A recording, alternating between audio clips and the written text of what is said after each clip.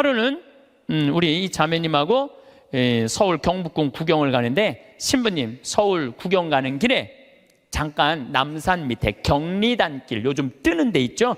경리단길에 집터를 하나 보자는 거예요. 밑에 삼성 미술관도 있고 뭐 LG 뭐 회장집도 있는데 그 맨 경치가 아주 기가 막혀 한강 다 보이는 그 경리단길에 땅을 한 200평 보여주면서, 신부님 이거 봉헌할 테니까 신부님 이거 하라는 거예요.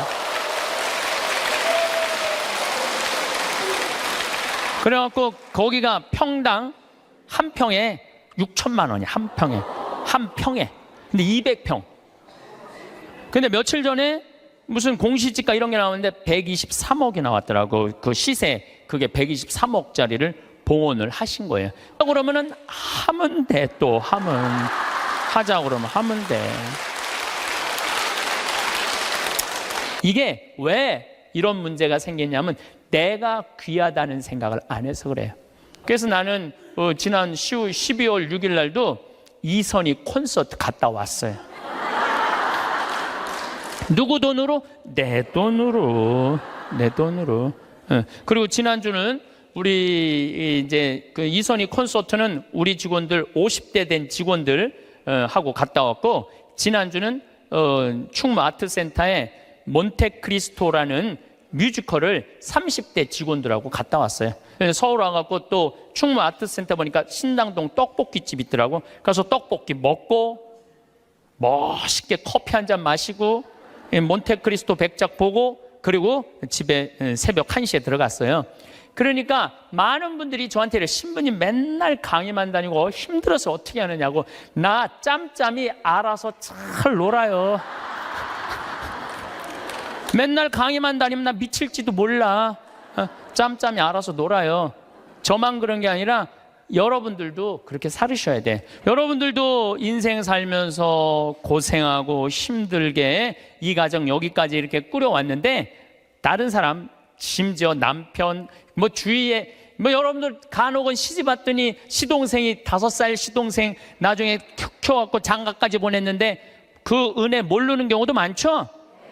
그거 섭섭할 거 하나 없어요. 섭섭할 건 없어. 누가 알면 돼? 내가 알고 하늘이 알면 돼. 누가 제일 행복한가 봤더니 금, 토, 일 2박 3일 피정 오시는 분들이 제일 행복해해요. 왜 행복한가 봤더니 밥을 무려 6끼를 안 해요.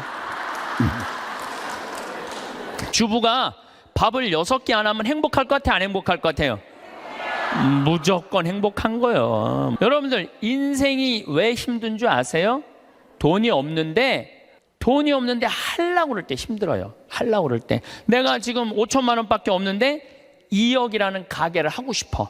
5천만 원밖에 없는데 2억이라는 가게를 하고 싶어 갖고 어떻게 은행에 융자 받고 형제 집 잡히고 또 뭐 이 사람 저 사람 꼬갖고 시작하잖아요. 그때부터 지옥이 되는 거예요. 근데 15% 이자 받아보겠다고 홀딱 맡겨갖고 써보지도 못하고 돈 날리면은 이분들 이렇게 얘기합니다. 내가 성당 나가봤더니 믿을 놈 한 놈 없더라. 하느님이 있긴 어디 있느냐. 사기나 치는 사람들 모임인데, 그리고 이 사람 어떻게 하냐면은 냉담해요. 그러면은 돈 잃어버리고 하느님 잃어버리고 사람 잃어버리고. 이게 왜 그런 줄 알아요? 자기 욕심 때문에 그러는 거예요. 자기 욕심 때문에. 그리고 돈을 버는 법은 배웠는데 쓰는 법을 못 배운 사람이에요. 황창현 신부님의 행복특강 지금 바로 시작하겠습니다. 영상이 마음에 드신다면 구독과 좋아요, 알림 설정 부탁드립니다. 네, 반갑습니다. 예, 여러분들 이 세상에서 나 자신을 가장 잘 이해하는 사람은 누굴까요? 나예요. 내가 인생 고비고비 살아오면서 고생한 거 면면이 속속들이 가장 잘 아는 사람은 누굴까요? 나밖에 없어요. 그러면은 내가 나 자신을 가장 잘 이해하고 인생 구비구비 고생한 거 가장 잘 아는 나한테 가장 잘해줄 수 있는 사람은 누굴까요? 나예요. 그런데 내가 고생한 거 잘 알지도 못하는 자식이 잘해주겠어요? 남편이 잘해주겠어요?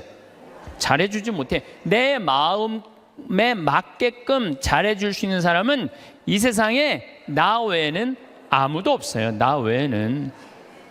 그런데 우리는 간혹 내가 나한테 잘해주면 되는데 나는 나한테 잘해주지 않고 남편이 나한테 잘해주지 않는다고, 자식이 나한테 잘해주지 않는다고 섭섭하다고 원망하는 어리석은 사람들이 참 많아요.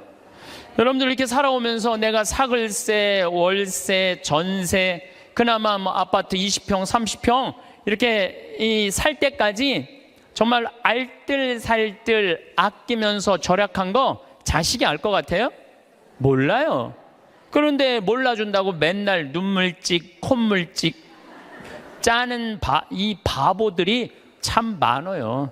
오늘 이후부터는 그런 거 섭섭하다고 말하지 마시고 누구한테 잘해주면 돼? 내한테. 누가? 내가 잘해주면 돼요. 저는 22년 전에 평택 비전동 성당에 발령을 받아갔어요. 근데 발령 받자마자 주교님께서 2년밖에 안 됐는데 신설 성당인데 성당을 분가하라는 거예요. 뭐 우리 신부들이야 주교님이 명령을 내리면은 바로 해야죠. 그래서 진사리라는 곳에, 진사리는 어디냐면 평택 안성 인터체인지 바로 옆이 진사리예요.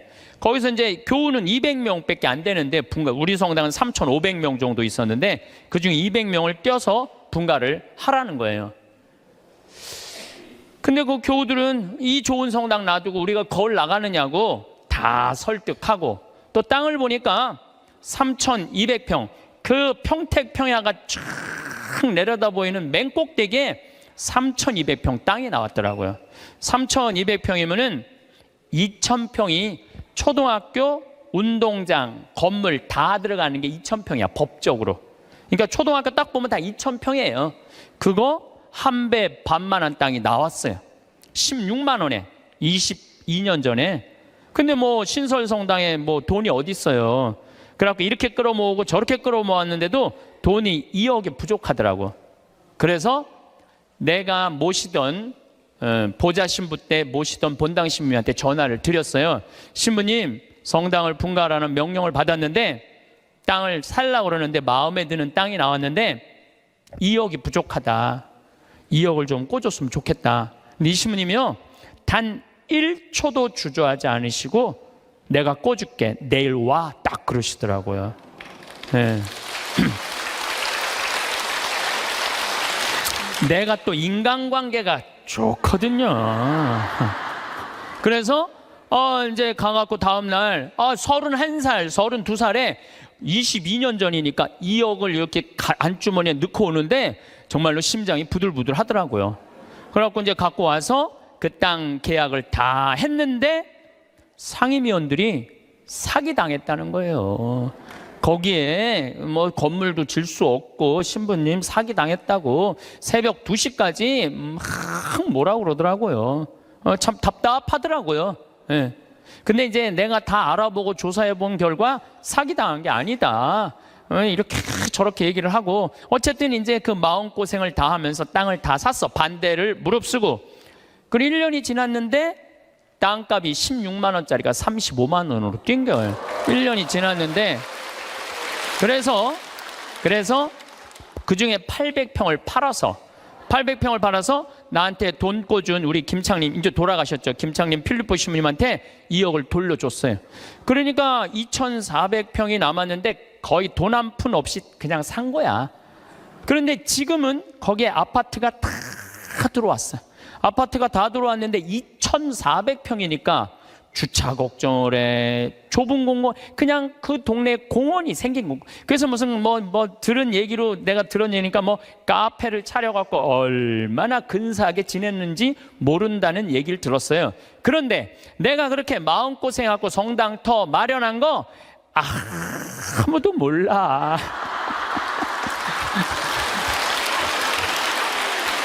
누구만 알아? 하늘하고 나만 알아. 하늘하고 하느님하고 나만 알아. 그런데 네, 지금은 이제 거기가 겨우 2,000명 정도 됐다고 그래요. 근데 후임자 신부가 몰라준다고. 그 교우들이 20년 전에 내가 그렇게 힘들게 해서 땅 산 거 몰라준다고 내가 맨날 섭섭하다고 그러면요, 나는 쫀쫀한 사람이야. 쫀쫀한 사람. 작은 사람이야. 작은 사람. 그리고 이제는 거기가 뭐 평당 큰 몰이 들어가고 평당 한 400만 원까지 올라갔대요. 그러니까 거의 100억 정도 되는 거죠. 100억 정도 되는 돈을 내가 교회에 벌려준 거야. 그런데 아무도 몰라. 그런데 주교님이 몰라준다고, 교회가 몰라준다고 내가 맨날 그렇게 원망하면요, 나야말로 작은 사람이야. 나는 그 평택 IC 지나다닐 때마다 하느님의 기도하는 집을 내가 마련할 수 있는 영광을 가진 것에 대해서 감사해요. 어차피 그러니까 교우들이 이렇게 행복하게 그 넓은 터에서 주차 걱정 없이 신앙생활한다는 얘기를 들으면 내가 기분이 좋아. 그걸로 된 거예요. 여러분들도 인생 살면서 고생하고 힘들게 이 가정 여기까지 이렇게 꾸려왔는데, 다른 사람, 심지어 남편, 뭐 주위에 뭐 여러분들 간혹은 시집 왔더니 시동생이 5살 시동생 나중에 키워갖고 장가까지 보냈는데 그 은혜 모르는 경우도 많죠? 그거 섭섭할 거 하나 없어요. 섭섭할 건 없어. 누가 알면 돼? 내가 알고 하늘이 알면 돼. 그래서 공자님이 진정한 군자는, 누가 군자라고 그랬냐면 남이 나를 알아주지 않아도 화내지 않는 사람이 군자라고 그래요. 유유자적할 줄 아는 사람이. 우리 평창은 화요일, 수요일 1박 2일 피정, 목요일 당일 피정, 금, 토, 일 2박 3일 피정을 해요. 1년 내내 해요. 뭐 지난번에도 하고 이번에 성탄 때도 금, 토, 일 2박 3일 피정해요. 뭐 오고 싶어도 이미 예약이 끝나서 못 와요, 여러분들. 예. 그런데 이 피정 오는 분들의 행복의 크기가 다 달라요. 누가 제일 행복한가 봤더니 금, 토, 일 2박 3일 피정 오시는 분들이 제일 행복해 해요. 왜 행복한가 봤더니 밥을 무려 6끼를 안 해요. 주부가 밥을 6끼 안 하면 행복할 것 같아, 안 행복할 것 같아요? 무조건 행복한 거예요. 무조건. 여기 이렇게 오신 분들 보니까 한 60대신 분들이 굉장히 많은데, 30살서부터 시집 와갖고 60살까지 여러분들이 살림살이 하면서 밥하고 빨래하고 청소하고 애 낳고 애 길렀다면, 여러분들은 한 달 가사 노동비를 따지면 한 달에 얼마치 일을 그동안 했느냐면은 350만 원어치 일을 했다고 그래. 그럼 30년 동안 일했으면 여러분들은 남편하고 자식들한테 얼마를 청구할 수 있느냐 하면은 10억 5천을 청구할 수 있어요. 10억 5천. 10억 5천 내놓으라고 그럴 수 있어요. 아니, 법원에 누가 해갖고 25년 동안 그거 해갖고 250만 원 해갖고 5억 청구해갖고 받은 사람이 판결이 나왔어요. 예. 그러면은 2박 3일 금, 토, 일 피정하는데 피정비가 얼마냐면은 8만 원이에요. 8만 원. 이틀 밤 자고 6끼 밥 먹고.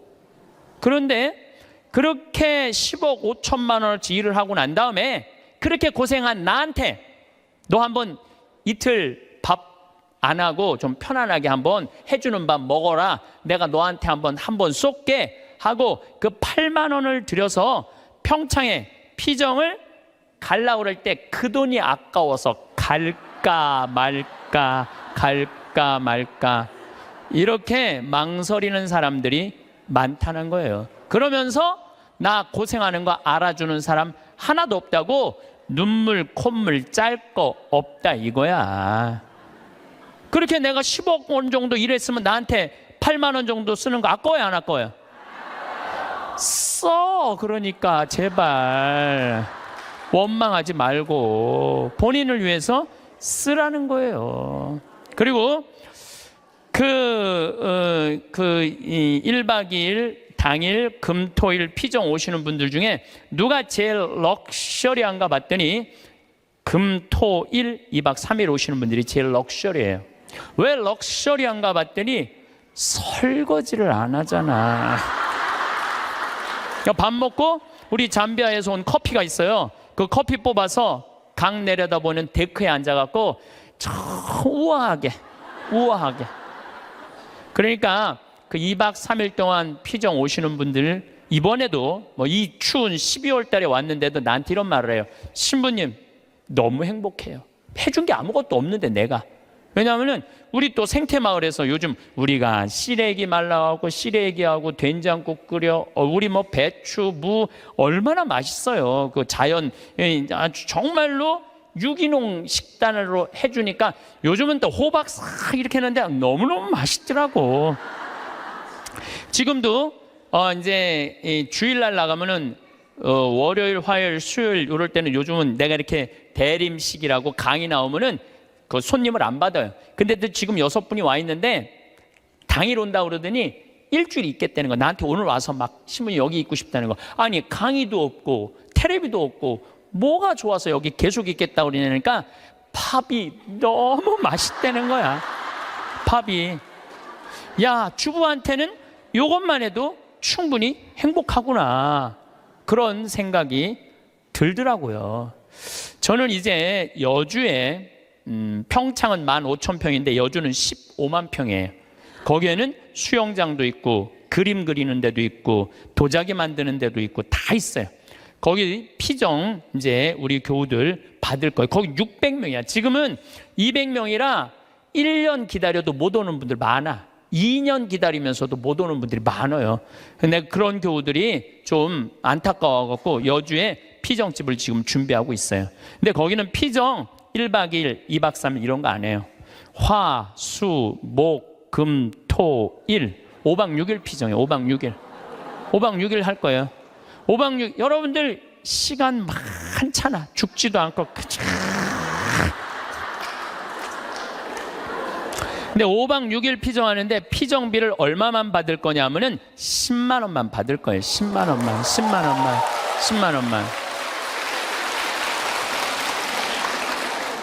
밥을 무려 18끼를 안 하는데 10만 원만 받을 거예요. 난 사실 우리 천주교 교우들 불쌍해요. 왜 불쌍하냐면은 성당 나오면서부터 많은 헌금을 하든 안 하든 평생 헌금했어요. 그리고 또 불쌍한 데 있으면 2차 헌금하고 교무금하고 또 성당지면 신축금 내고 또 뭐 어려운 데서 와갖고 뭐 꽃동네 뭐 이런 데 와갖고 또 뭐 도와달라 그러면 또 반지도 빼고 뭐 그냥 있는 거 없는 거 나 먹기 살기 힘들어도 어떻게 해? 마음 짠하니까 어떻게 해요? 또 내잖아요. 그런데 그렇게 20년 30년 신앙생활 했는데 정작 내가 외롭고 힘들 때 어디 가서 좀 위로받고 싶은데 그럴 데가 없어요. 별로. 우리 한국 천주교 교회는. 그러니까 교우들한테 받기만 했지 주지를 않아. 내가 그게 제일 불만이야. 그런 공간이 한국 교회에 필요하다 이거야. 그래서 이제 여주는 10만 원이면 여러분들 보통 한 달 생활비 최저가 110만 원인가 그렇더라고. 그러니까 누구나 올 수. 그리고 거기 전철까지 나 있어. 이제 그 앞에까지. 그러니까 여기 65살들은 거기까지 공짜로 올 수 있어. 65살까지는.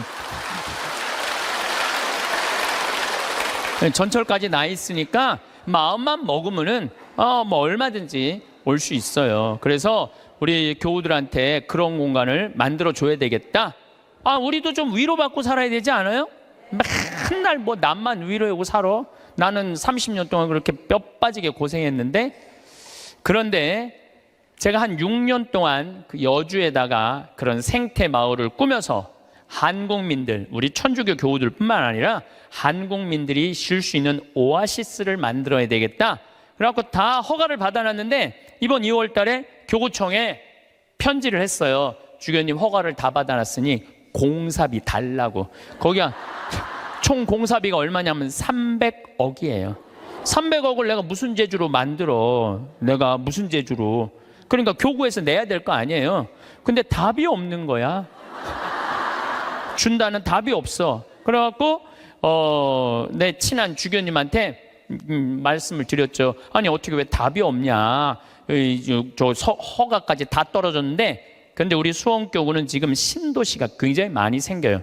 위례 신도시, 동탄 2신도시. 신도시가 막 생기니까 거기다 땅 사느냐고 돈을 다 썼다는 거예요. 돈이 없다는 거예요. 그런데 저는 30대 때는 막 내 뜻대로 안 되면 막 교구청에 올라가고 막 뒤집고 소리 지르고 그랬어요. 근데 이제 50이 되니까 생각이 많이 바뀌었어요.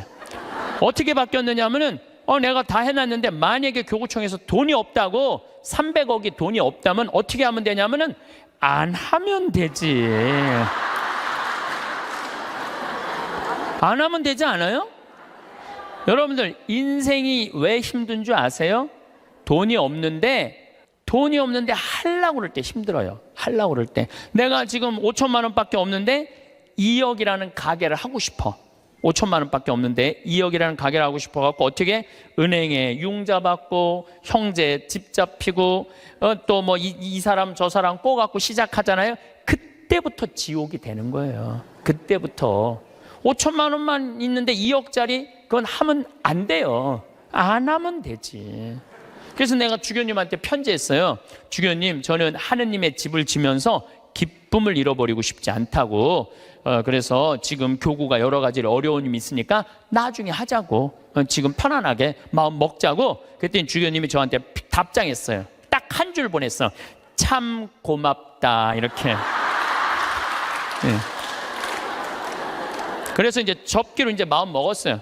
접기로 마음을 먹었는데 잠비아에 농업대학 하라고 100억을 봉헌하신 우리 할머니죠. 나는 할머니라고 안 그러는데 그냥 100억을 봉헌했어요. 벌써 3년 전에 이제 그분하고는 가능한 한 한 달에 한 번 정도 밥을 먹는데 이제 밥을 먹으면서 이런 얘기 저런 얘기 사는 얘기를 하면서 내가 이제 여주에 생태마을을 꾸밀려고 그러는데 교구가 지금 뭐 신도시 성당터 산다고 돈이 없다고 좀 어려워하더라. 이런저런 얘기를 하는데 하루는 우리 자매님하고 서울 경복궁 구경을 가는데 신부님 서울 구경 가는 길에 잠깐 남산 밑에 경리단길 요즘 뜨는 데 있죠.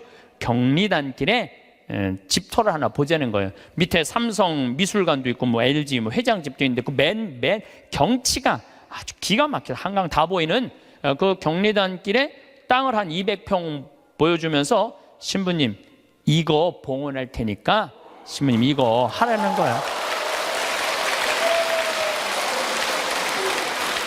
그래갖고 거기가 평당 한 평에 6천만 원이야. 한 평에 근데 200평.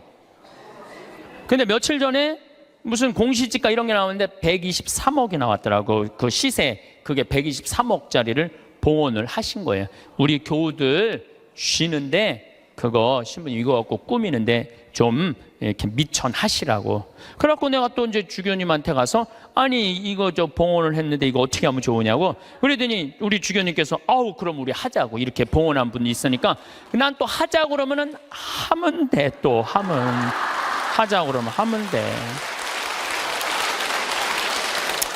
그래서 아마 이제 곧 이제 그 시작이 되면 3년 후 정도면은 우리 교우들이 이용하실 수 있을 거라고 생각을 합니다. 제가 왜 이런 말씀을 드리느냐 하면 우리가 돈을 버는 법도 중요하지만 쓰는 법도 중요해요. 여러분들은 지금 정말로 힘들게 돈 많이 벌었어요.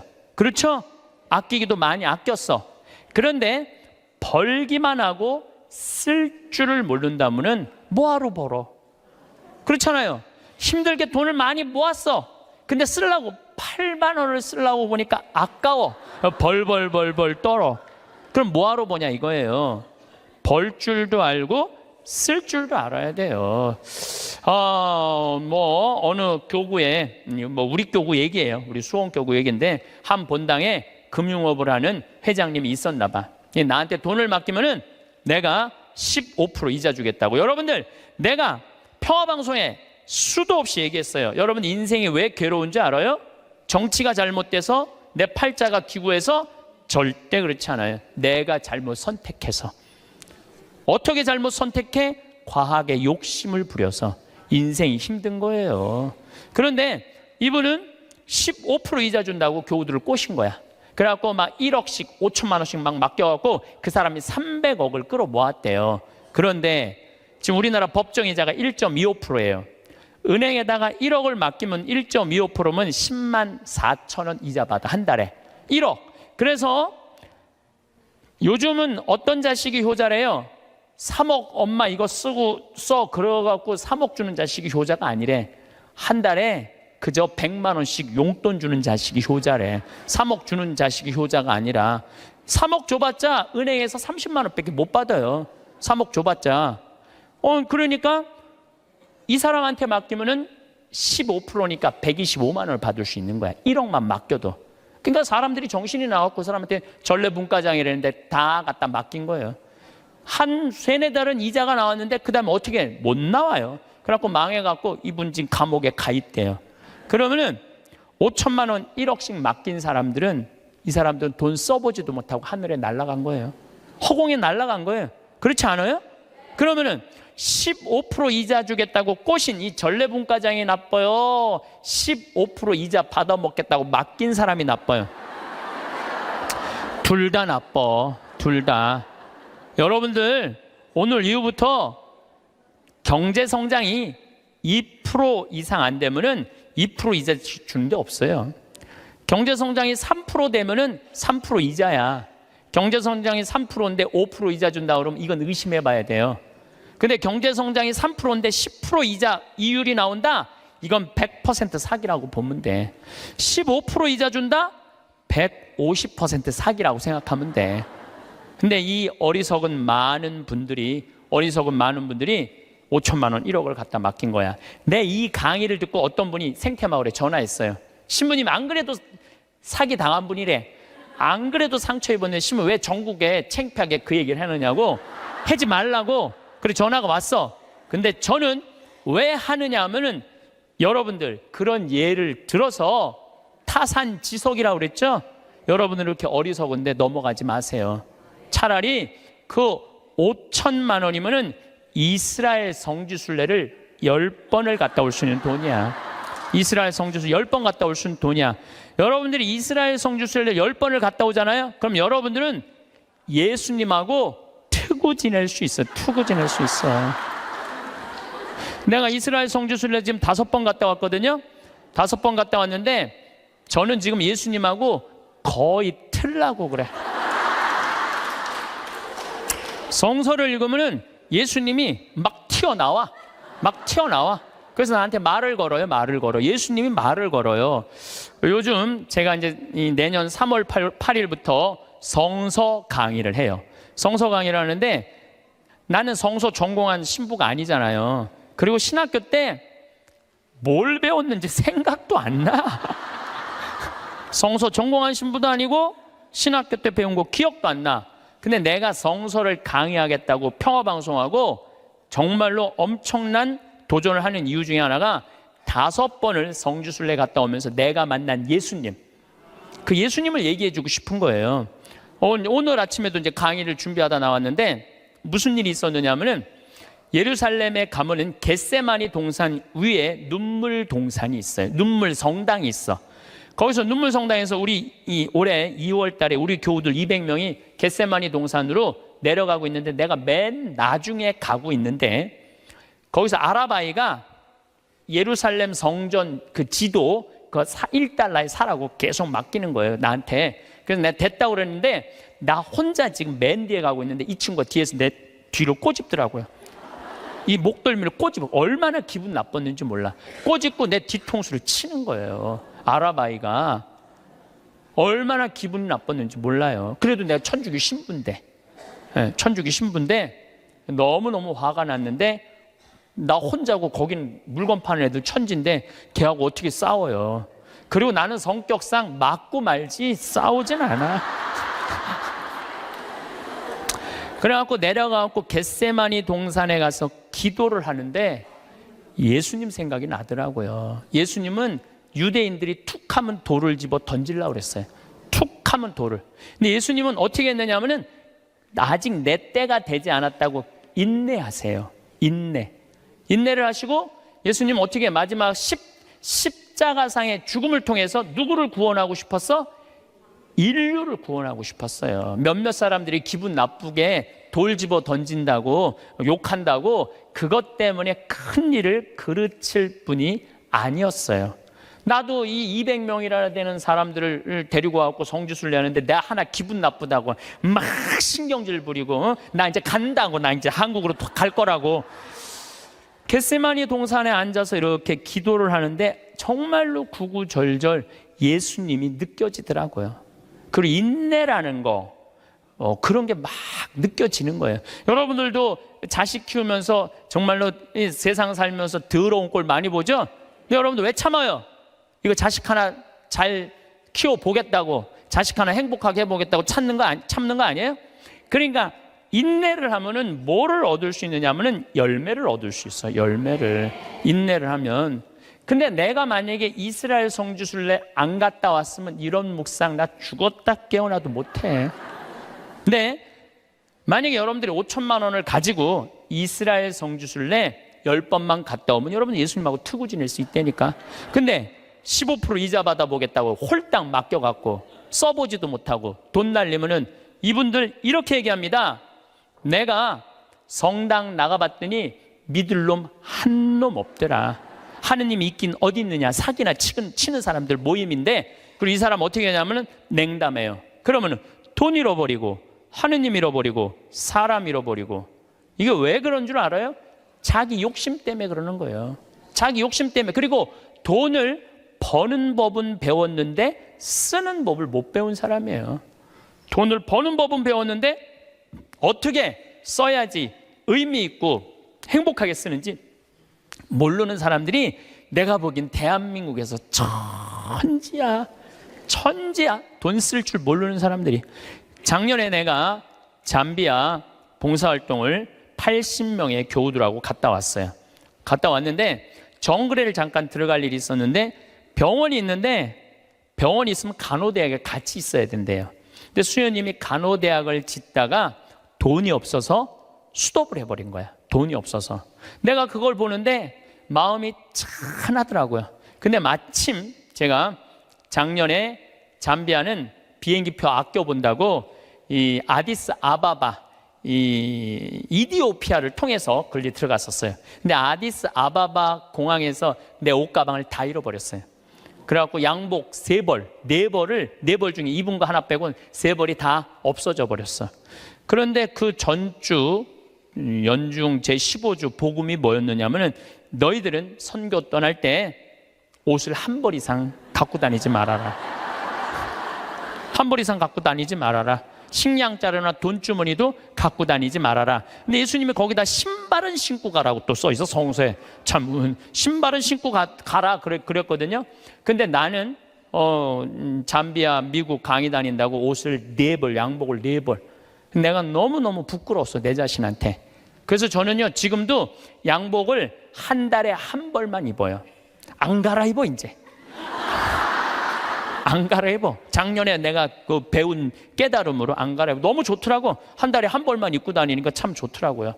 그런데 문제는 한국에 딱 돌아왔는데 내가 양복만 많은 게 아니야. 내 통장을 보니까 책 팔은 인세가 2억이 들어와 있는 것. 2억. 내 통장에.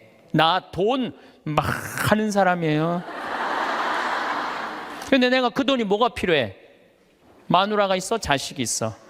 그래서 수녀님한테 전화했어요. 잠비아로. 수녀님, 내가 간호대학 져둘 테니까 간호대학 마저 지라고. 그래갖고 돈을 막 작년에 보냈어요. 계속 2천만 원, 5천만 원씩 계속. 근데 올해 가서 그 정글에 땀부라는 정글에 들어가 보니까 간호대학을 다 져놨더라고. 이제 기숙사를 하나 져놓고 기숙사를 2개만 이제 더 지면 완전히 끝나. 이제 돈을 좀만 더 보내면 돼. 근데 우리 직원들이 그걸 보더니 한국에서는 감이 없다가 내가 돈을 보내갖고 대학을 져놓으니까 나를 혼내는 거예요. 신부님 은퇴해서 돈 필요한데 이렇게 돈 다 써버리면 어떻게 하려고 돈을 다 써버리느냐고. 신부님 은퇴하면은 맛있는 것도 먹고 여행도 다니려면 돈이 필요한데 지금 다 써버리면 어떻게. 지금이야 신부님 강의도 다니고 강사료도 많고 인세도 많고 그래갖고 지금이야 뭐 막 부족한 게 없지만 은퇴하면 필요한 게 돈이라고. 신부님 또 앞으로 돈 모으라고 막 나를 혼내더라고요. 근데 저는 이런 생각이 들어요. 만약에 내가 은퇴해갖고 돈이 없으면 나는 어떻게 할 거냐면은 사제관에 가만히 앉아 있을 거야. 돈 없는데 어떻게 해? 가만히 앉아 있어야지. 그런데 우리가 이걸 생각해야 돼요. 내가 20년 후에 살아있을지 죽어있을지 어떻게 알아? 그렇지 않아요? 20년에 살아있을지 죽어있을지 어떻게 알아? 그런데 20년 후에 쓰려고 지금 의미 있고 재미있고 신나는 일이 있는데 지금 안 쓰고 이 신나는 이 젊은 나이에 20년 동안 지금 가만히 있긴 싫어요. 지금은 마음껏 다니고 의미 있는 일도 하고 재밌는 것도 하고 맛있는 것도 사 먹고 여행도 다니고 지금 신나게 할 거야. 그리고 70살이 넘어가고 돈이 없으면 가만히 있으면 되지. 없으면 없는 대로 살면 되지. 그렇지 않아요? 있으면 있는 대로 살고. 오늘 성채 미사 때 성채 모자랐잖아요. 많이 모자랐어요. 오늘 성채 뭐 이렇게 많이 왔어. 성채가 모자랄 정도로 많이 왔는데 어떻게 했느냐 하면은 마지막에 성채를 4등분해서 다 했어요. 없으면 쪼개서 쓰고 나눠서 써도 다 살아. 그런데 지금 여러분들 나중에 쓰려고 늙어서 쓰려고 지금 아무것도 안 해서는 안 돼요. 지금 하세요. 뭐든지 지금 하세요. 그리고 다 하고 즐겁게 살았어. 행복하게 살았어. 그런데 70살에 주머니에 돈 없으면 어떻게 하면 돼? 가만히 있으면 돼. 70살에 돈 없으면 가만히 있으면 돼. 많은 분들이 우리 생태마을에 지금도 이제 짬짬이 암 환자들이 많이 와요. 내가 그분들하고 이렇게 상담을 해보면은요, 60살 될 때까지 한 번도 노른 적 없는 사람들 많아요. 60살 될 때까지 여행 한 번도 간 적 없는 사람 많아요. 60살 될 때까지 뽐나게 옷 한 번 사 입어 본 적이 없는 사람들 많아요. 60살까지 뭐만 해? 돈만 버는 거예요. 자식 키우고. 근데 떨커덕 암이 걸려. 지금도 한 번 와 계세요. 떨커덕 암이 걸린 거야. 떨커덕 암이 걸리면은 이분들 나한테 공통적으로 하는 얘기가 있어요. 신부님, 나는 억울해서 못 죽어요. 난 이제까지 뭐만 했어? 고생만 했어요. 어떻게 하면 좋아요, 신부님? 이러는 분들이 너무 많아요. 여기 계신 여러분들도 나중에 하려고 그러지 말고 언제? 지금 하세요.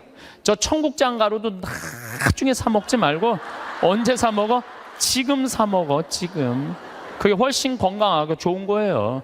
네. 여러분들 이 여행 많이 다녀보셨죠? 만약에 유럽 여행 가신 분들 아마 유럽 여행은 일생 한 번 가보는 거예요. 일생 한 번 가보는 여행이야. 한 400만 원 들여갖고 한 번 가보는데 비행기 타고 럭셔리하게 파리에 도착했어. 도착을 했는데 딱 버스에 타니까 가이드가 딱 나타나더니 이렇게 말합니다. 이제 뭐 집에 들어가고 호텔에 들어가고 물은 어떻게 쓰고 뭐 이런 거죠. 여러 가지 얘기를 해요. 그러다가 갑자기 이런 말을 해요. 그런데 여행 다니면서는 팁이 중요하다고. 이렇게 여행 가방 올려다 주는 그 포토한테 $1 주시고 호텔에서 나올 때 그 호텔 침대에다가 $1 내려놓고 나오시라고. 그럼 이때부터 갑자기 머리가 복잡해지는 거야. $1? 생각지도 않은 돈이야. 이거 생각지도 않은 돈이야. 그게 아깝기 시작한 거야. 그런데 400만 원을 들여서 일생 한 번 간 여행이에요. 그러면 $1, 10일, $2씩 줘봐. $20, 2만 원이야. 그 줄 때 기분 좋게 줄 수 있는 거야. 그런데 이제 딱 버스에서 내리니까 아니나 달라 막 벨보이들이 막 와갖고 가방을 막 들고 갈라 그래. 그러면은 이 할머니들이 이렇게 말합니다. 그 놔두라고. 내가 들고 갈 테니까 놔두라고. 아, 내가 여러 번 봤어요. 여행 같이 다니면서. 내가 그 힘들게 그 가방을 들고 다니는 할머니들 모습을 보면서 안타깝더라고요. 그럼 뭐하러 여행을 나와? 그 2만 원이 아까워갖고 그 힘든데 피곤한데 와갖고 그걸 또 들고 올라가. 그 2만 원이 아까우면 그냥 집에 가만히 있어. 벌 때는 힘들고 어렵게 벌지만 쓸 때는 정승같이 쓰는 법도 중요한 거예요. 저는 요즘 이렇게 여행 다니면은요, 뭐 2달러, 3달러, 5달러도 내려놓고 와요. 호텔에다가. 왜냐? 그거 다 이민자들이야. 거기 청소하는 사람들. 힘들게 그거 갖고 먹고 사는 사람들이야. 그러면 길 가는 사람도 내가 5천 원, 만 원, 일생, 1년에 여러분들 어려운 사람들 얼마나 만나요? 만나는 일이 1년에 한두 번도 안 돼. 그럼 그런 사람들한테 한번 나도 여행 내가 400만 원어치 쓰면 40만 원 어려운 사람한테 내놔야 될 거 아니야. 그 일환 중에 하나가 그 어려운 사람들한테 팁 주는 거예요. 근데 그게 아까워갖고 내가 들고 갈 테니까 아까운 거지. 아까운 거예요. 그래서 여러분들 자신한테 쓸 줄 알아야 돼. 자신한테. 저는 지난 여름에 LA에 우리 청국장 이제 회사를 설립을 했어요. 거기도 뭐 다 세금 문제 때문에 다 회사를 설립을 해야 돼. 그 뭐 미국에도 세금 내고 한국에도 다 세금 내고 그래야 되니까 회사를 설립을 하러 갔는데 내가 하여튼 나하고 노는 친구들이 있어. 한 남자들인데 한 5명 정도 되는데 나만 가면 하여튼 회사를 다 때려치고 나하고 놀라고 아주 그런 친구들이 있어. 아주 친하죠. 근데 그 친구 중에 하나가 식당을 운영하는데 근사한 식당을 운영해요. 한 번 먹으면 막 $100, 10만 원, 20만 원. 그리고 와인도 딱 맡겨놓는. 그 한국 사람들은 거의 안 가고 미국 사람들이 와서 그 홀에다가 뭐 술 먹고 춤도 추고 막 이러는 그런 아주 근사한 식당이에요. 근데 그 친구가 나를 식사를 대접하고 싶다고 몇 번 그러는데 내가 또 그렇게 비싼 식당에 갈 수 있어요? 안 간다고 그랬더니 그럼 우리 집에 모시겠다고. 집으로 갔어요. 집에 갔는데 한 그 친구 부부 다 뭐 손님 한 12명을 초대를 했는데 내가 주인공으로 간 거 아니에요. 근데 자기 식당에 주방장을 데리고 왔더라고. 근데 음식이 나오는데 기가 막히는 뭐 음식들이 나오는 거 무슨 알 뭐 해갖고 정말 처음 본 음식, 비싼 음식들이 나오더라고요. 그런데 그 니콜라스라는 친구가 신부님이 특별히 오셨으니까 와인을 한 병 따겠다는 거예요. 근데 와인을 뭐 그냥 2만 원, 3만 원짜리가 아니라 600만 원짜리 와인을 따는 거예요. 600만 원짜리 와인을. 나도 처음 봤어요. 그 비싸다 말로만 들었지. 1995년 보르도산이야. 1995년이 굉장히 가물었었어요. 그래갖고 북한 주민들 다 굶어 죽었을 때야. 근데 와인은 최고가 나온 거예요. 그걸 했는데 한 잔에 50만 원이 한 잔에. 먹는데 막 벌벌 떨리더라고. 한 잔에 50만 원인데. 근데 계속 주방장이 셰프가 음식을 날라다 주는데 내가 그래도 주인공 아니에요. 주인공. 그 뭔가 셰프한테 감사의 표시를 해야 될 거 아니야. 그걸 우리는 팁이라고 그러죠. 근데 내가 혼자 고민했어. 50달러를 줄까 100달러를 줄까. 심장이 막 쫄깃쫄깃하더라고. 어떻게 할까. 근데 결국은 불러갖고 딜리셔스 그러면서 내가 50달러를 줬어요. 지금 생각해보면 왜 100달러를 못 줬는지. 귀양 뽐낼 거면 확실하게 뽐내고 해야 되는 건데 근데 그 50달러를 5만 원이죠. 50달러를 줬는데도 불구하고 그 셰프는 굉장히 고맙다고 그러더라고요. 굉장히 고맙다고. 근데 만약에 여러분들 그게 한 1,000만 원어치 넘는 식사였는데 내가 그걸 얻어먹고 돈 한 푼 안 내고 팁 하나 안 내고 그냥 가면은요 그분들 모르긴 해도 내 귀에다 대고 이랬을 거야. 아유 정말 멋대가리 하나 없는 신부라고. 에? 그렇지 않겠어요? 그렇게 멋있게 했으면 그 주방 그 직원 데려다 했으면 줄 알아야지. 이건 비단 나한테뿐만 아니라 여러분들도 마찬가지야. 여러분들 인생을 살면서요 버는 것도 중요하지만 쓰는 것도 중요해. 쓸 때 확실하게 써. 근데 만약에 내가 돈이 부족해 그러면은 가만히 있어. 여러분들 안 쓴다고 누가 뭐라고 그럴 사람 하나도 없어요. 근데 우리나라 사람들은 쓰는 것도 아니고 안 쓰는 것도 아니고 내는 것도 아니고 안 내는 것도 아니고 그냥 사는 게 좀 짜증이 나요. 그래서 쓸 땐 사도 바오로가 뭐라 그래? 난 귀하게도 살 줄 알고 천하게도 살 줄 안다고 그러잖아요.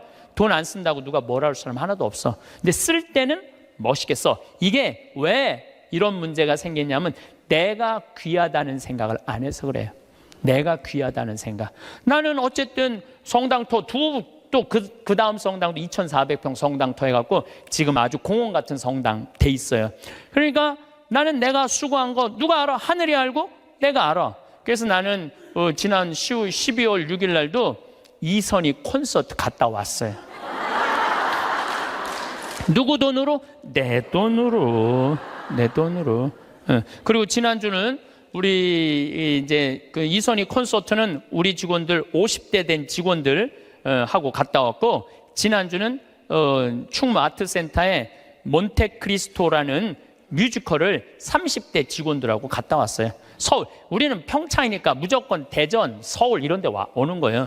서울 와갖고 또 충무 아트센터 보니까 신당동 떡볶이집 있더라고. 가서 떡볶이 먹고 멋있게 커피 한 잔 마시고 몬테크리스토 백작 보고, 그리고 집에 새벽 1시에 들어갔어요.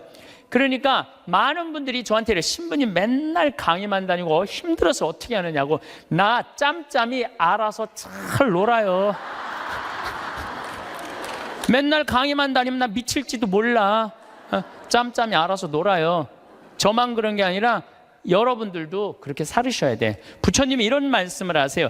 지나친 고행은 사람을 고통스럽게 한다는 거예요. 그 다음 지나친 쾌락은 사람을 망가뜨린다는 거예요. 그러니까 놀 줄도 알고 쓸 줄도 알고 인내할 줄도 알고 그렇게 살아야 돼. 어쨌든 누구한테 잘해줘야 되느냐 하면은 나한테 잘해줘야 돼요. 내가 행복해야지 누구도 행복하게 해줄 수 있어? 남도 행복해 줄 수 있어요.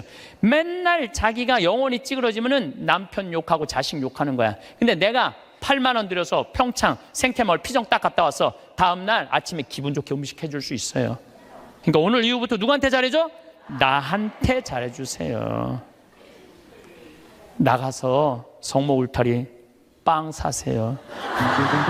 감사합니다. 우리보다는 여러분들이 훨씬 덜 외롭다는 거예요. 그렇지 않아요? 여러분들 남편도 있고 자식도 있고 손자도 있잖아요.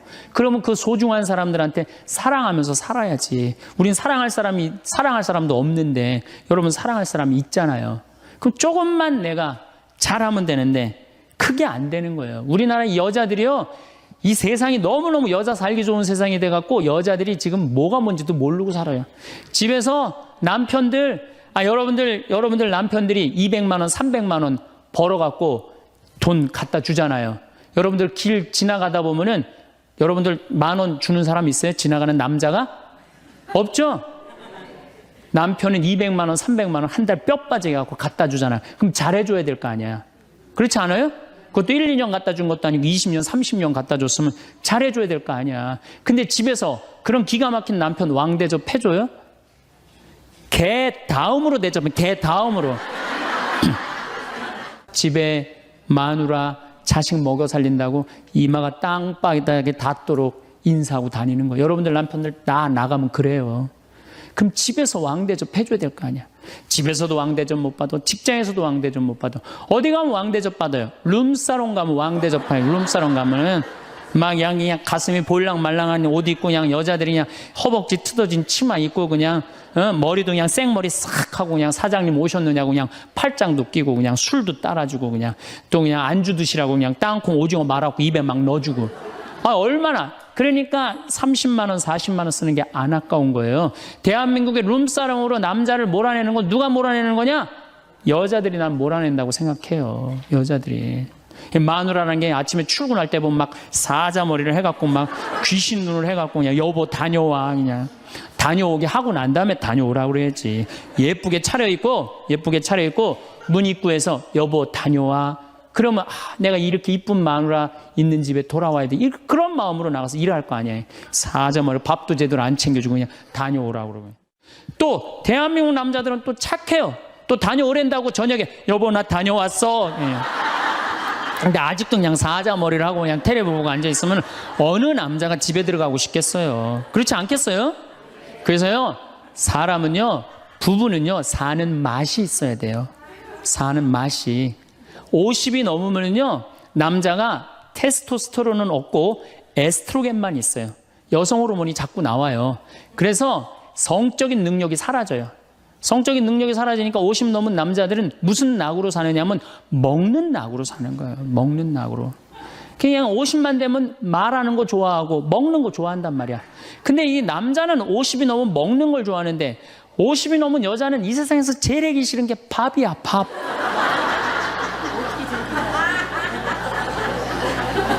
그러니까 그냥 둘이 사는데 왜 김치찌개를 끓여도 한솥 끓여. 그냥 하기 싫으니까 귀찮으니까 한솥 끓여갖고 그냥 다음날 아침에 그냥 그거 졸여갖고 아침상에 올려놓고 그냥 저녁엔 또 오늘같이 하루 피정하고 저녁에 이제 여보 나 저녁 집에 가서 먹을게 그러면 또 그거 볶아갖고 저녁상에 또 올려놓고 좀 회도 떠갖고 예? 여기 가깝잖아요. 회시장 가갖고 우럭 회 맛있잖아요. 매운탕도 떠갖고 소주도 한 병 사고 그래갖고 그냥 허벅지 트어진 치마 이브닝 드레스도 하나 딱 입고 저녁에 남편 들어오면 여보 이거 내가 한 거야 딱 술 따라주면 남자가 얼마나 살맛이 나요. 사는 맛 나지 않겠어요? 네, 좀 신선로도 좀 해갖고 탁 하고 짜장면도 좀 만들어주고 베트남 국수도 좀 해서 주고 요즘 뭐 또 순대 또 그냥 유명한 데 많잖아요. 전화하면 택배로 다 보내주잖아요. 순대도 탁 썰어갖고 그냥 간 썰어갖고 그냥 소주 한 잔 탁 하고 신부님 무슨 돈으로 그런 걸 합니까? 애 휴학시키고 자식은 무슨 자식이야. 지금 누구밖에 없어요? 부부밖에 없어요. 애 휴학시키고 그렇게 하세요. 신부님 난 휴학시킬 자식이 없는데 집 잡혀요. 나이 드신 분들은 은행에 가고 집 잡혀갖고 다 쓰세요. 자식 물려줄 생각하지 말고. 네. 그래야지 사는 맛으로 사는 거 아니에요. 그리고 부부는 사는 맛으로도 살아야지만 사는 멋으로도 살아야 돼. 사는 멋이 있다. 멋있게 살아야 될 거 아니에요.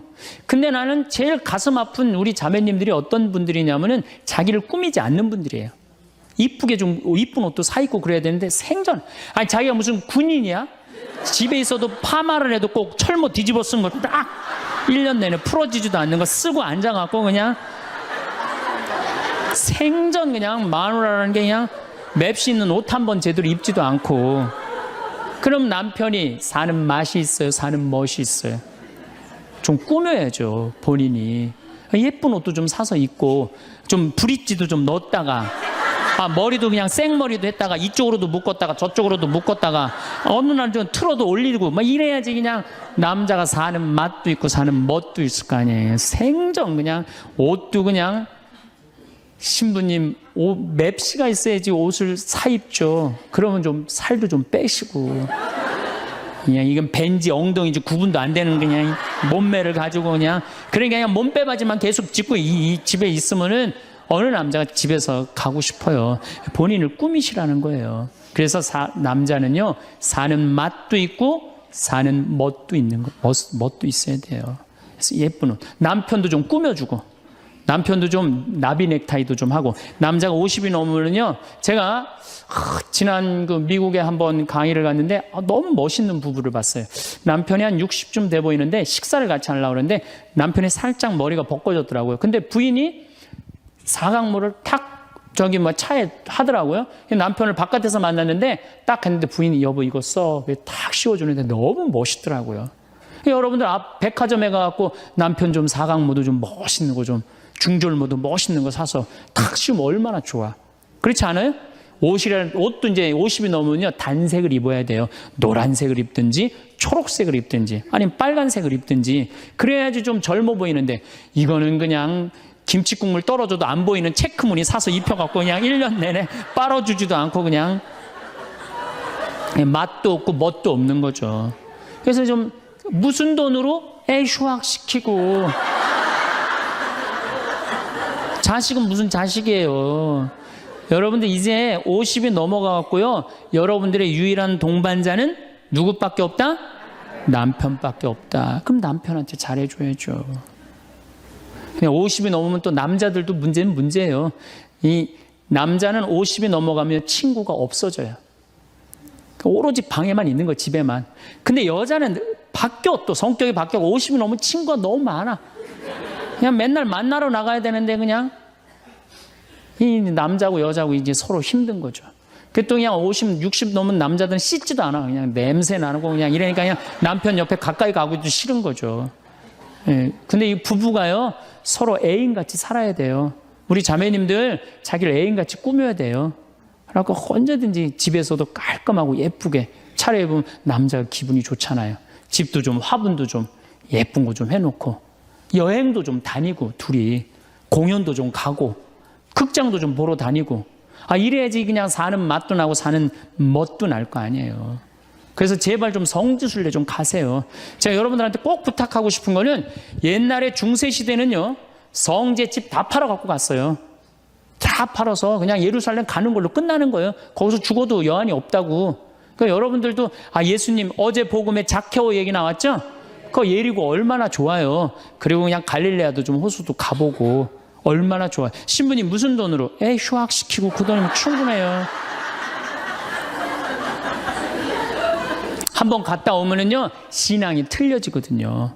성주순례도 가고. 제가 지난 9월인가 작년 9월에 성주순례를 한 40분 하고 갔다 왔는데 어떤 형제님이 70 먹은 형제님이 기가 막힌 말씀을 하시더라고요. 무슨 말씀을 하시냐면은 내 강의를 듣고 집을 잡혀서 왔대요. 근데 가만히 생각을 해보니까 집은 은행에 잡히면 대출을 해준대요. 은행에 잡히면 대출해주잖아요. 근데 나이는 대출해주는 데가 아무 데도 없대요. 여러분들 누가 나이 대출해줘? 한 살이라도 더 먹기 전에, 다리에 힘 풀리기 전에 갔다 오셔요. 그리고 내가 성주순례를 가면은 너무 행복해하는 거, 자매님들이.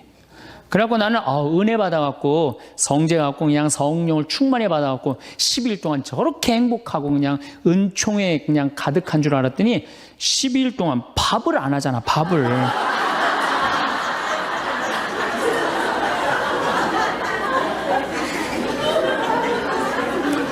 남편, 부부는 맛도 있고 멋도 있어야 되지만 기도 살려줘야 돼. 남편 기도 살려줘야 돼요. 50이 넘어갖고 남편 기 살려줄 사람이 직장에서 기가 살겠어요? 사회에서 기가 살겠어요? 본인이 기가 살겠어요? 유일하게 기 살려줄 수 있는 사람은 누구밖에 없어요? 부인밖에 없어요. 부부가 50이 넘으면요, 자식들 떠나고 둘만 덩그랗게 집에 남아서 50년을 같이 살아야 돼요. 말을 정말로 남편 즐거운 말, 남편 좋은 말, 우리 남편 아직도 알통 튼튼하다.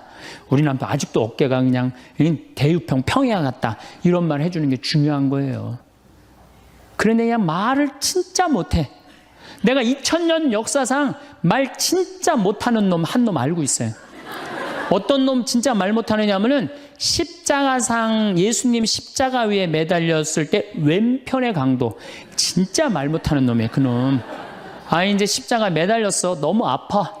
자기도 이제 죽기 일보 직전이고 옆에 구세주라는 사람도 옆에 있단 말이야. 그러니까 그냥 이 사람이 막 분이 치밀었나 봐요. 야, 네가 무슨 구세주냐? 네가 구세주라면 너도 살리고 나도 살려봐라. 너도 죽는 주제에 무슨 구세주냐? 그냥 막 욕을 해댄 거예요.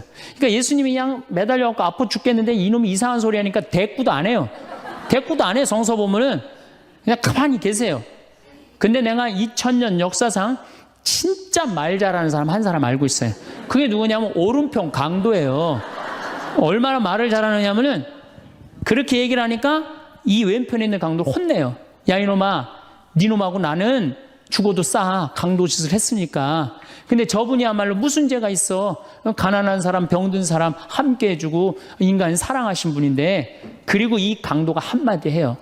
주님, 마지막 날에 저를 기억해 주십시오. 그러니까 그냥 예수님이 왼편에 있는 놈한테는 대답도 안 하던 예수님이 그렇게 아파도 오른편에 있는 강도한테 한마디 해요. 너야말로 오늘 나와 낙원에 들 것이다. 이 말 한마디 잘한 바람에 그냥 예수님하고 1호로 천당에 올라간 사람 아니야. 그렇지 않아요? 루카복음 23장에 나오는 얘기예요. 루카복음에. 그러니까 여러분들 남편 칭찬을 해주세요. 남편. 얼마 전에 제가 우리 동창 신부 아버님이 돌아가셔갖고 장례미사를 갔는데 마침 그날 어떤 동탄에 있는 본당 총회장님이 은퇴 신부님 10분을 초대해갖고 식사, 보고 초대를 했어요. 부인이 보고 요리를 할 줄 알아갖고. 그래갖고 이제 그 집에 가고 보고를 먹는데, 신부님들, 은퇴 신부님들 보니까 머리가 다 벗겨진 거야, 다. 머리가 다 벗겨져갖고 있더라고요. 근데 내가 그날 마침 이제 장례미사를 해갖고 우리 주교님을 뵀는데 우리 주교님은 그래도 머리가 많이 나셔갖고 모자를 앞에다 쓰신 거야. 그래갖고 참 보기가 좋더라고요. 주교님이 아주 얼굴이 하얀이 선비같이 생기셨거든요. 그래서 내가 저녁 먹으면서 아유 신부님들은 이렇게 머리가 벗겨졌는데 우리 주교님은 아직도 머리가 나셔갖고 모자를 앞에다 쓰는데 참 보기 좋더라고. 그랬더니 은퇴 신부님 10분이 황 신부 주교님한테 가갖고 아이 샴푸 뭐 쓰는지 좀 알아봐 달라고 막 그러더라고요. 그런데 우리 식사를 한 총회장님, 그 동탄의 총회장님이 신부님 저는 40부터 머리가 완전히 벗겨졌는데 한 번도 머리 벗겨진 것 때문에 스트레스 받은 적이 없다는 거예요. 그게 무슨 소리냐? 그랬더니 자기 부인이 40에 본당 3옥 임원이었는데 3옥회를 하고 집에 들어오면 막 짜증을 내고 들어온대요. 그 문을 열고 딱 한다는 부인이 첫 입을 열어서 하는 소리가 답답해 죽을 뻔했다고. 여보 3옥회가 그렇게 답답해? 그러면 그 부인이 그런데 여보 나는 3옥회를 하는데 60이 먹은 그 본당의 회장님들이 머리가 빽빽하게 꽉 차 있으면은 그 머리를 보고 회의를 하면 가슴이 답답하다는 거야. 그리고 이제 자기 남편을 보고 머리가 완전히 대머리인 남편을 보고 한마디 한대요. 이제야 가슴이 뻥 뚫린다고. 이게 얼마나 남편을 기를 살려주는 말이에요. 그렇지 않아요? 그러니까 여자는 맛도 있고 멋도 있고 누구 기도 살려줘? 남편 기도 살려줘야 되는 거예요. 부처님은요 7종류의 아내가 있다고 그래요. 첫째, 남편을 죽이는 아내가 있대요. 더러운 마음을 가지고 남편에 대한 사랑이 없고 남편을 업신여기는 아내. 아내가 권력이 세면 남편이 모든 것을 참고 침묵하기 때문에 그 참느냐고 빨리 죽는데요. 남편을 죽이는 아내가 있대요. 두 번째는 도둑과 같은 아내가 있대. 남편이 힘들게 돈 벌어 갖고 오면은 그거 그냥 막 써갖고 그냥 살림살이 엉망으로 하는 아내. 도둑과 같은 아내. 셋째, 주인과 같은 아내. 주인 행세하는 거죠. 그래갖고 그냥 자기는 일 안 하고 남편 막 시키는 주인과 같은 아내가 있고. 그 다음에 네 번째는 어머니와 같은 아내가 있대요. 항상 남편을 사랑하며 자식 대하는 것처럼 남편을 보호해주는 아내가 있대요. 그 다음에 누이 동생과 같은 아내. 남편을 섬기기를 다하고 자매와 같은 귀여움을 떨고 애교를 떠는 그런 누이 동생과 같은 오빠 하면서 그런 아내가 있다는 거예요. 그 다음에 친구 같은 아내가 있다는 거예요. 직장에서 마치고 피곤해서 돌아오면은 남편을 반가이 맞이해주고 술 한잔을 하면서 하루를 이야기를 나누는 친구 같은 아내. 그 다음에 이건 시대에 좀 안 맞지만은 종과 같은 아내, 남편을 극진히 섬기는 아내가 있다는 거예요. 여러분들은 7번째 중에 몇 번째에 들어가세요?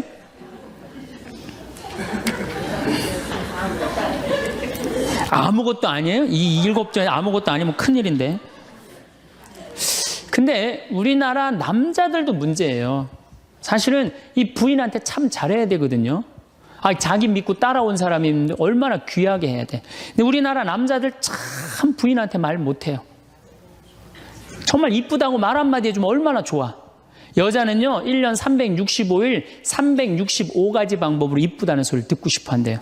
오늘같이 이렇게 태양이 찬란한 날은 여보 저 찬란한 태양처럼 당신 오늘 너무 이뻐. 그리고 비가 촉촉하게 오면 여보 당신 촉촉한 비처럼 이뻐. 어떤 방법을 써서라도 이쁘다는 말하면 여자는 행복하다는 거예요. 그리고 요리를 해주면 맛있다고 먹으면은 김치찌개 이렇게 맛있는 김치찌개 먹을 수 있는 사람은 세상은 나 하나밖에 없다고. 이렇게 정말로 이런 말을 해줘야 되는데 생전 뭐 맛있다 맛없다 그런 말 안 하면은 여자가 밥할 맛 나겠어요? 안 나죠? 그럼요. 그리고 한 30년 밥 얻어먹었으면 이제 설거지는 해야지. 그렇게 얻어먹었으면 설거지는 해야지. 양심 있는 거 아니야? 그렇지 않아요? 여자는 언제 행복하냐면 남편이 자기 살림을 도와줄 때 행복하다고 그러더라고요. 내 얘기를 듣고 어떤 형제님이 17년 동안 설거지할 생각을 한 번도 안 했대. 17년 동안. 그래갖고 이제 내 얘기를 듣고 이제 자기도 이제 해봐야 되겠다. 그렇게 생각을 하고 저녁에 여보 당신 반찬하냐고 애쓰고 밥하냐고 애썼으니까 내가 설거지 해줄게. 앉아서 텔레비 봐. 그랬더니 부인이 그러더래요. 2번 청소하게 하지 설거지하게 하지 말고 그냥 가만히 있으라고 그러더래요. 그래서 이 남편이 그랬대요. 아니야, 내가 오늘 해보고 싶어서 그래. 그리고 설거지를 했대요. 그리고 이제 그 형제는 미사 해설하러 성당에 갔는데 메시지가 왔대요. 여보, 나는 오늘 당신이 한 설거지 지금 다시 하고 있어. 하지만은 오늘처럼 행복한 날은 없어. 17년 결혼 생활 중에 오늘처럼 행복한 날은 없어. 고마워. 내 살림살이를 도와줘서. 그 메시지를 형제님이 나한테 보냈어요. 신부님, 요 조그만 거 이렇게 행복할 수 있는데 내가 왜 이제까지 안 했는지 모르겠다고. 그러니까 우리 정말 부인한테, 정말로 자매님들한테 서비스 해줘야 돼. 이제는 서로를 사랑해야 돼요. 서로를 사랑하고 아껴줘야 돼요. 근데 우리나라 남자들이 얼마나 말을 못하냐면 이게 진짜로 있었던 일이에요. 65살 먹은 형제님이 꿈을 잘 꾼 거야. 그래갖고 로또를 산 거야, 금요일 날. 그래갖고 그냥 가슴이 부풀은 거야. 그냥 부인한테 막 자랑을 한 거야. 내가 꿈을 꿨는데 이건 된다. 그리고 보통 꿈이 아니다. 막 돼지가 막 수천 마리 왔다 갔다 한 꿈을 꿨는지. 그래갖고 그냥 막 들떠 있는 거야. 그러니까 부인이 콧소리로 한마디 한 거야. 여보, 그 로또 되면 당신 그 돈 뭐 할 거야? 그랬더니 남자가 정색을 하고 그러더래요. 내가 이 로또 되면은 온 세상 사람한테 다 나눠줘도 당신한테는 한 푼도 안 줄 거야. 아니, 아직 된 로또도 아닌데. 당첨되고 난 다음에 그러면 몰라도 당첨도 안 됐는데, 귀양 이렇게 말하면 얼마나 좋아요. 여보, 당신 평생 나한테 시집 와갖고 고생만 했는데 내가 로또 되면 내가 당신 다 줄게. 쓰고 싶은 대로 다 써. 아니, 당첨도 안 된 로또인데, 그렇게 말하면 얼마나 기분이라도 좋아요. 근데 그냥 내가 온 세상 사람한테 다 나눠줘도 당신한테 한 푼도 안 줄 거야. 이게 할 말이에요. 근데 우리나라 남자들이 이런다고요. 다른 형제님들이, 마누라 너무너무 이쁘고 좋겠다고 살아봐라야 눈 한번 하얗게 뜨고 하면 그런 독사가 없다. 이런 말 해대면은 우리 마누라는 얼굴만 이쁜 게 아니라 마음은 비단이야. 기분이 얼마나 좋아요.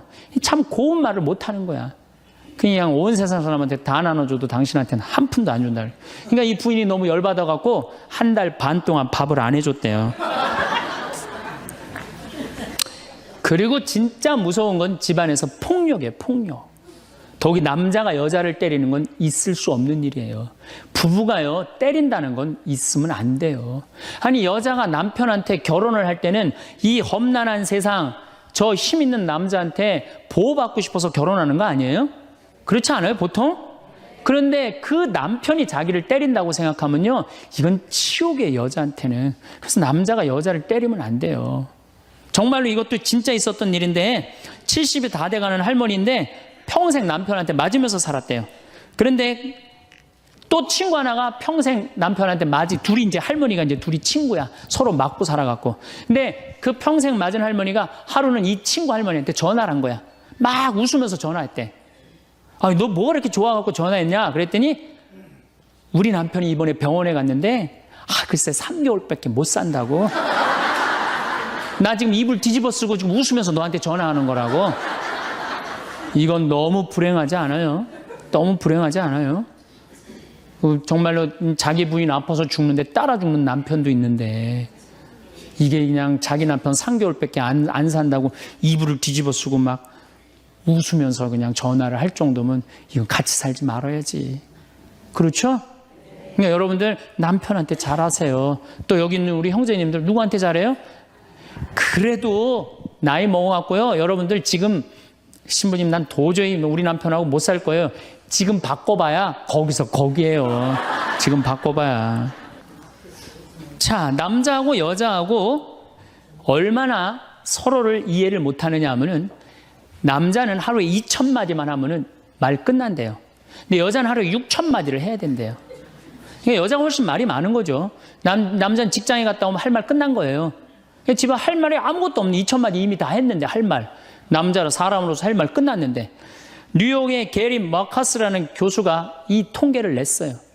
그래갖고 여자는 이제 남자가 이제 남편이 이제 집에 들어올 때만 기다리는 거야. 뭐 이웃집 아줌마 얘기도 하고 싶고 본당시 뭐 욕도 하고 싶고 막 그래갖고 기다리고 있는데 남편이 들어와서 여보, 그 집 남편은 그렇게 힘들게 돈을 버는데 여자는 맨날 찜질방 다니고 그냥 밍크코트 입고 다니고 정신 나간 여자라고. 그럼 남편은 할 얘기가 없는 거야. 쓸데없는 소리 하지 말고 밥이나 내놓으라고. 그럼 여자는 미치는 거예요. 진짜 괜찮은 남자들은 어떤 남자들이냐면은 그래 여보? 그럼 안 되지. 부인이 살림을 잘 살아야지. 남자가 그렇게 고생을 하는데 추임새를 넣어주고 속으로 외우세요. 500마디, 1000마디, 2000마디. 그래갖고 딱 속으로 4000마디 딱 끝나면 여보 이제 자자. 이래야지 이 남자는 후환이 없는 남편이에요. 여자 말을 들어줘야 돼요. 예, 그래서 남자하고 여자하고 틀린 점이 이거야. 반대로 우리 자매님들은 여자는 흥분을 하면 5분이면 흥분이 끝난대요. 그래갖고 막 장보러 들어와갖고 막 욕을 5분만 하면은 아무 일도 없었던 듯이 부엌에 들어가고 콩나물도 따고 멸치 대가리도 딴대요. 아무 일도 없었던 듯이. 근데 남자는 5분 동안 바가지 긁을 동안 가만히 있는데요. 5분 지나면 그때부터 승질이 나기 시작한대. 근데 남자는 한번 승질이 나면 최소한 30분은 성질을 내야 된대. 그래서 5분 지나고 나가고 이제 그때부터 이제 여자는 마음이 착 가라앉은 상태에서 저녁 준비를 하는데 그때부터 남자는 이제 거실에서 소리 지르는 거야. 내가 말이야 뭘 잘못했다고 네가 맨날 그러냐고 막 소리 지르면 마음이 가라앉은 여자가 나와서 남자 불을 질러요, 속에다가. 뭐라고 그러냐면 당신은 말만 하면 이렇게 성질을 내고 그러느냐고. 자기는 이미 다 흥분 가라앉은 상태에서 막 성질 내는 남편한테 불은 자기가 질러놓고. 그러면 안 된다는 얘기죠. 30분 동안 길길이 뛰게 놔두란 얘기예요. 승질을 건드려 놨으면은. 어쨌든 우리가 이 인생을 외롭게 살고 싶지 않다면은 부부가 사랑하는 수밖에 없어요. 그래야만이 우리 인생이 풍요로워요. 더욱이 여러분들 노년 50년 60년 부부밖에 없어요. 훈련하면 된대요. 그 부부 사랑 훈련하는 그 많은 책자를 읽어보면요, 그 서로 훈련이 안 돼 있어서 그렇지 훈련하면 서로 사랑한대요. 그리고 외롭지 않다는 거예요.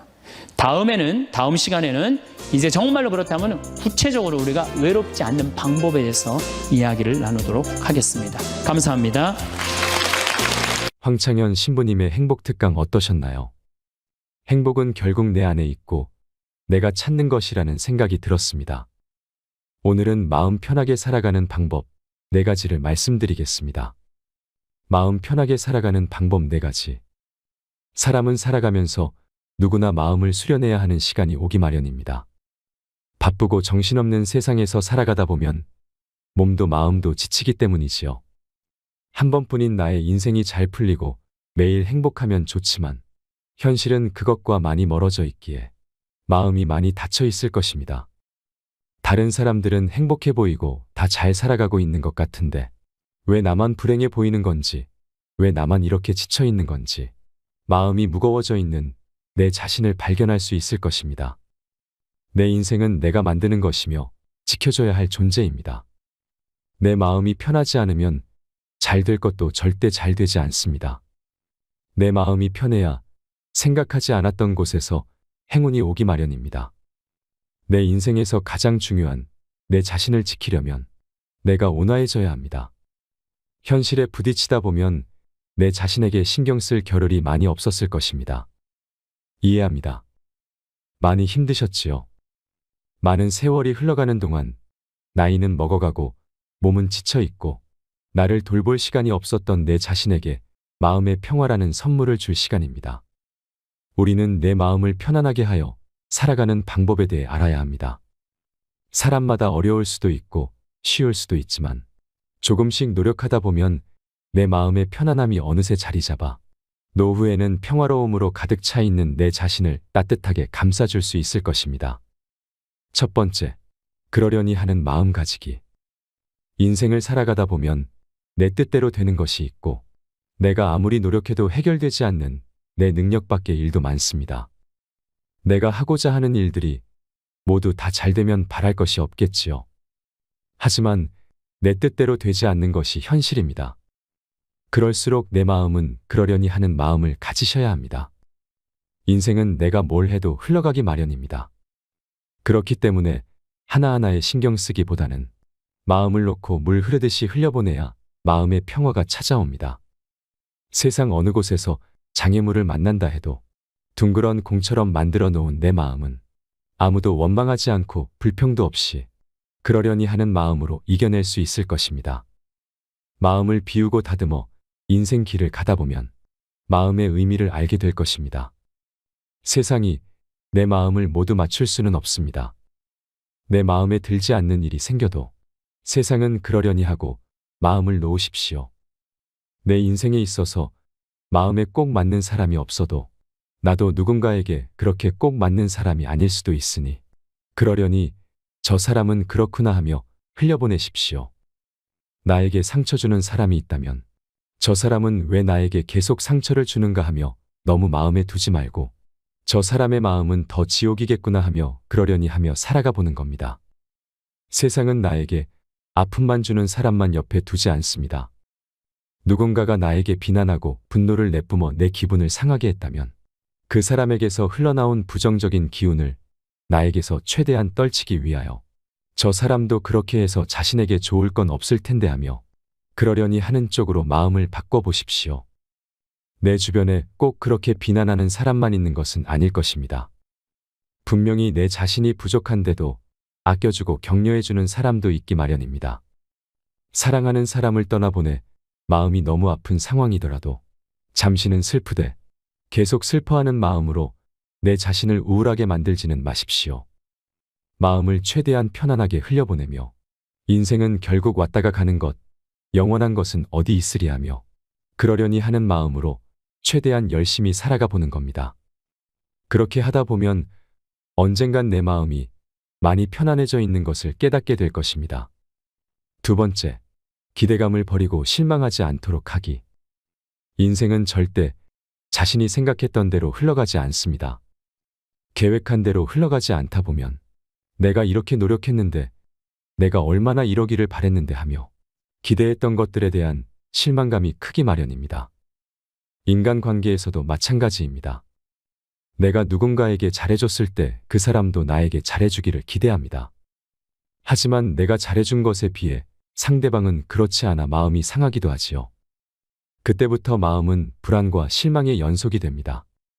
그렇기 때문에 애초에 기대를 하지 말아야 실망감도 적어집니다. 몇 가지 작은 예를 들어봅시다.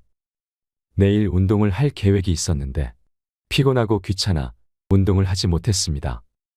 나 자신과의 약속이었지만 내일 그럴 생각에 대한 기대함을 뒤로 한 채 결국 실행하지 못하여 왜 나는 이렇게 무기력하고 의지가 없는 것일까 하며 내 자신에게 실망하여 자책을 하곤 합니다.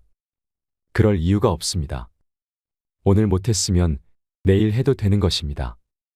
너무 험한 잣대로 내 자신을 나무라지 마십시오. 또 한 가지 예는 이러한 경우도 있습니다. 내가 누군가에게 밥을 사주었다면 다음번에 만났을 때 그 사람이 사주겠지 하는 마음이 들 수도 있습니다. 그런데 상대방이 그렇지 못한 경우 내가 기대를 너무 많이 한 걸까에 대한 실망감으로 상대방을 탓하는 경우도 있습니다. 그럴 이유가 절대 없습니다. 인간관계에서 너무 기대가 크면 클수록 실망감이 커지는 경우가 많으니 절대 그런 하나하나의 의미 부여를 하지 않도록 노력을 해야 합니다. 마지막 예를 들어보겠습니다. 부모는 자식이 내 생각대로 해줬으면 좋겠다는 기대감이 조금씩은 있습니다.